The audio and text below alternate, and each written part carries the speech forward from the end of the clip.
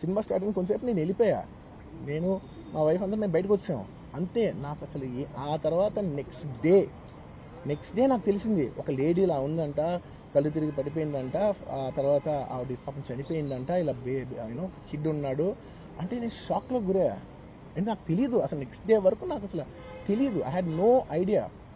ఎందుకంటే నేను నా పిల్లోనే పక్కన పెట్టుకున్నా, నా వైఫ్, నా కొడుకు, నా కూతురు థియేటర్లోనే ఉన్నారు.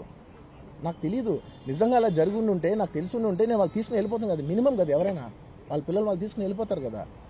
నాకు తెలియని కూడా తెలియదు. సరే పిల్లలు వాళ్ళు చూసుకుంటారు, మనం వెళ్ళిపోతే క్రౌడ్ క్లియర్ అయిపోతే, ప్రాబ్లమ్ సాల్వ్ అయిపోతే నేను వదిలేసి వెళ్ళిపోయా.